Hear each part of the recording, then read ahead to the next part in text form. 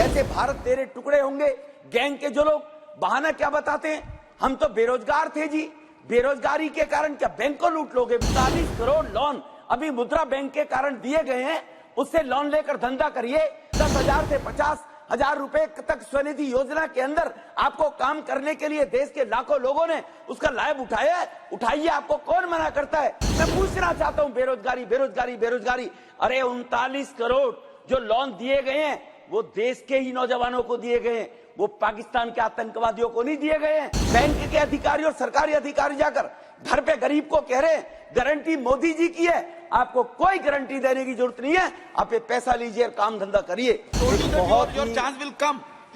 गुलामी की निशानी को जी मिटाने के लिए 100 साल पहले ऐसे गुलामी के चिन्हों को समाप्त करने के लिए मैं बधाई दूंगा देश के माननीय गृह मंत्री जी को कि जिन्होंने लगभग 200 मीटिंगें कर कानूनविद, बुद्धिजीवी वर्ग, स्टैंडिंग कमेटी की स्टडी के बाद, लंबे प्रोसेस के बाद 1860, 1872, 1973 ऐसे कानून थे जो अंग्रेजों के द्वारा राज को बचाने के लिए बनाए गए कानून थे। अगर मैं इसको 1857 और 60 से जोड़ूं तो 1857 के उस अंग्रेजों को हटाने के लिए उस देश ने अंगड़ाई ली थी, उन लोगों को कैसे कानून का सहारा लेकर दबाया जाए। 1857 आप स्वयं वहां से सांसद है मेरठ से, धन सिंह कोतवाल को कौन भूल जाएगा कि देश की आजादी के लिए उन्होंने अपने जीवन को दिया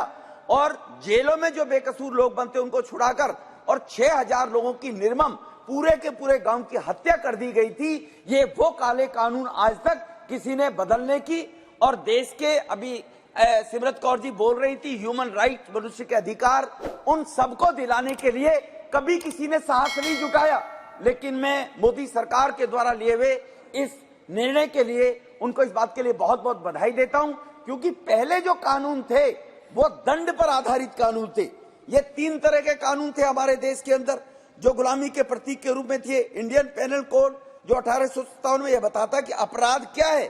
किसी अपराध की क्या सजा है। अब यह कानून बदलकर भारतीय न्याय संहिता के रूप में तब्दील किया गया है कि किसी भी व्यक्ति को न्याय कैसे मिले, न कि अपराध और दंड की तरफ ध्यान दिया जाए।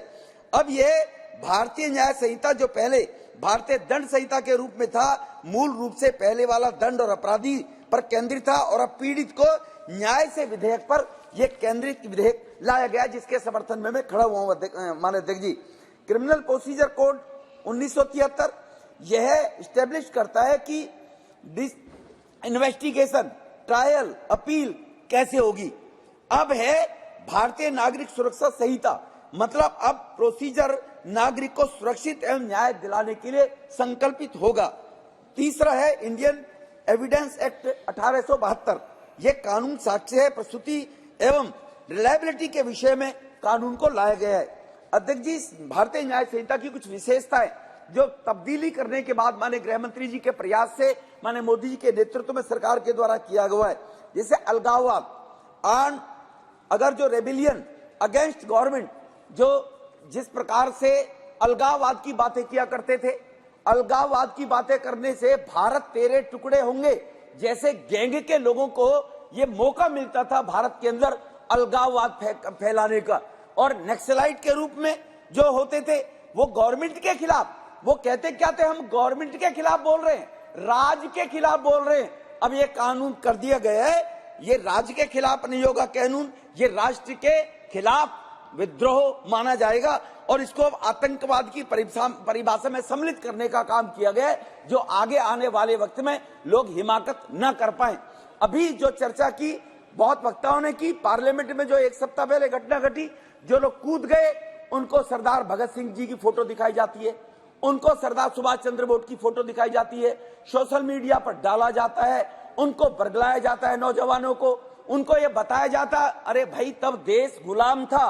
तब देश में तानाशाही थी, अब देश में लोकतंत्र है, अब देश में सरकारें जनता चुनती है। अगर जनता को लगेगा सरकार गलत कर रही है तो तुम्हारी आतंकवादी जैसी गतिविधियों से संदेश नहीं जाना चाहिए। 5 वर्ष के बाद जनता खुद बदल देगी, या तो डेमोक्रेसी है, लोकतंत्र है। लेकिन सरदार भगत सिंह की फोटो लगाकर और सरदार भगत सिंह के आइकॉन के रूप में उनको भी बदनाम करने का जो काम को लोग करते हैं, ऐसे लोगों के खिलाफ भी, आतंकवादी गतिविधियों के खिलाफ मुकदमे दर्ज होने चाहिए और कोई हिमाकत न कर पाए भारत के लोकतंत्र को कलंकित करने के बारे में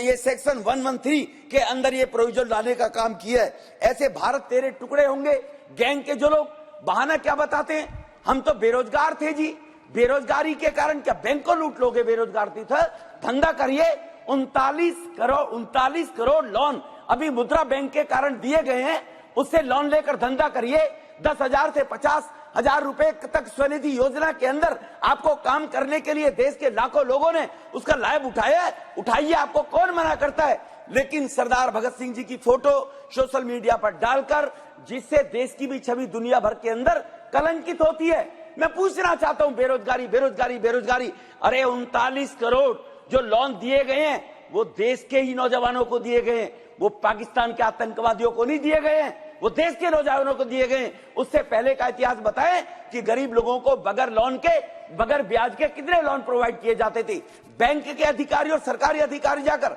घर पे गरीब को कह रहे हैं गारंटी मोदी जी की है, आपको कोई गारंटी देने की जरूरत नहीं है, आप ये पैसा लीजिए और काम धंधा करिए। तो ऐसे जो लोग हैं उनके लिए 113 के अंदर व्यवस्था की गई है। जहां तक महिलाओं के विरुद्ध होने वाले अपराध के विषय पर विशेष रूप से ध्यान दिया गया है। देखिए जी, मानसिक प्रताड़ना, जो महिला को पहले मार पीट, इसके बाद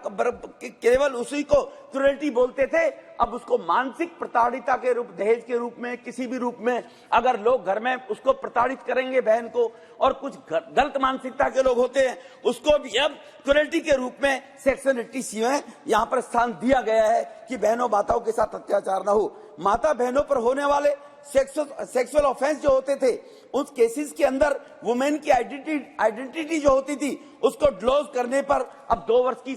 डिस्क्लोज करने पर 2 वर्ष की सजा का प्रावधान रखा है। अभी देख लीजिए, पश्चिमी दिल्ली के अंदर एक नाबालिग बच्ची के साथ में रेप करके हत्या कर दी एक किसी कांग्रेस के बड़े नेता ने।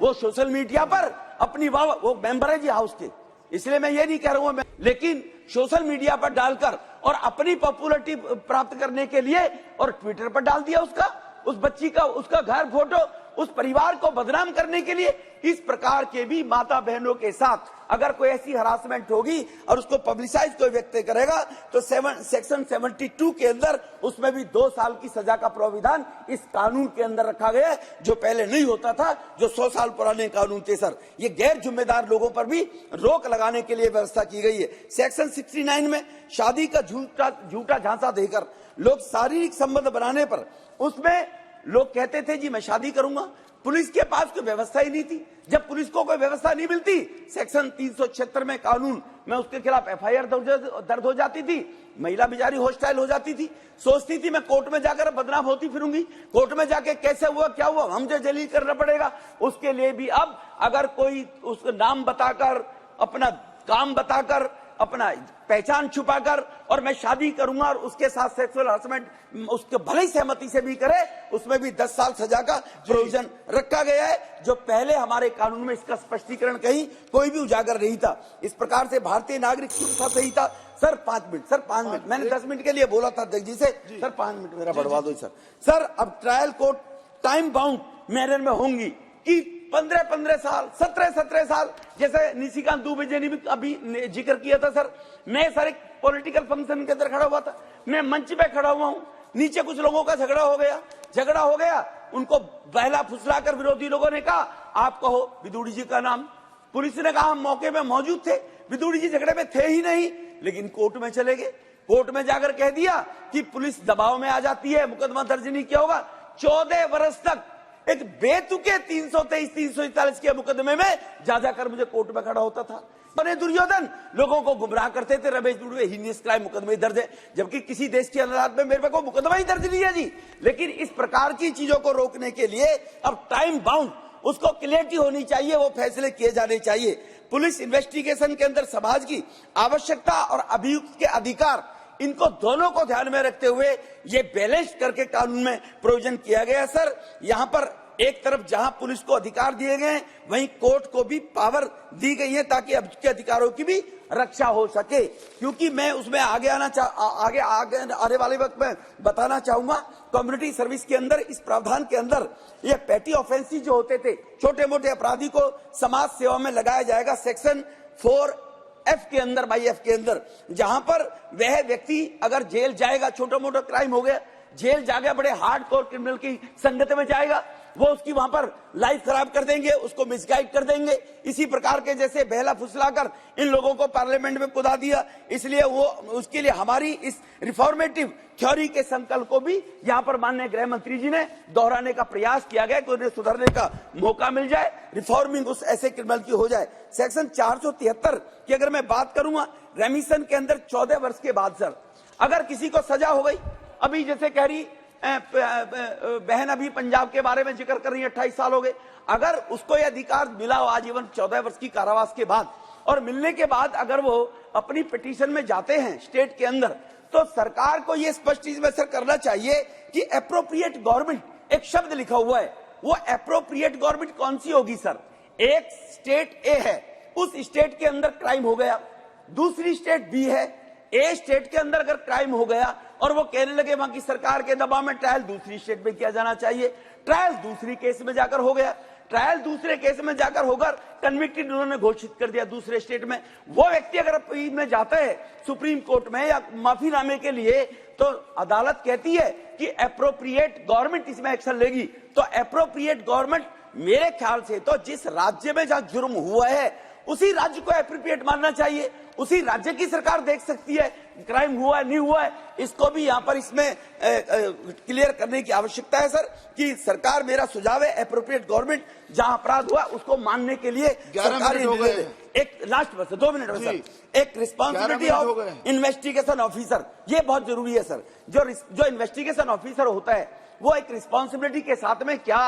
साक्ष्यों के साथ छेड़छाड़ करके या दबंगी व्यक्ति अगर कोई अपराध करता है उसके दबाव में आकर कहीं अगर साक्ष्यों को खत्म कर देता है, लोअर कोर्ट में उस व्यक्ति को सजा हो जाती है, हाई कोर्ट में वो बरी हो जाता है, अदालत में जज भी कहता है कि मुझे मालूम है ये क्रिमिनल है, लेकिन क्या करूं, मेरे पास कानून अंधा है, मेरे पास साक्ष्य, सर 2 मिनट में, मेरे पास साक्ष्य पूर्ण रही है, इसीलिए उस ऑफिसर के खिलाफ भी एक्शन का प्रोविजन होना चाहिए जो साक्ष्य को टेम्पर करके किसी बेकसूर को कसूरवार ठहराने में साबित होता है और अदालत को बेकसूर कर दे, या किसी कसूरवार को वो साक्ष्य में कुछ कमी छोड़कर ये बरी हो जाएगा, ऐसे लोगों के खिलाफ भी ये इन्वेस्टिगेशन होनी चाहिए। सर मेरा भारत महान, सारा का सारा बेईमान, ये नारे हम सुनते थे 20 साल 30 साल पहले, देश की छवि खराब होती थी। एक सेकंड और सॉरी 1 मिनट और बस सर, नहीं, सारा का सारा ये लोग बोला करते थे सर, और ये भारत तेरे टुकड़े गैंग, ये इस प्रकार की भाषा बोलते हैं। इस कानून की मजबूताई से दुनिया में भारत की सर इमेज बनेगी, लोग यहाँ पर इन्वेस्ट करने के लिए आएंगे कि भारत का कानून भी सिंगापुर जैसा है, मैं वहां पर व्यवसाय काम करूंगा, तो काम करने के बाद मुझे मिलेगा, तो मुझे भी भारत में इन्वेस्टमेंट करनी चाहिए।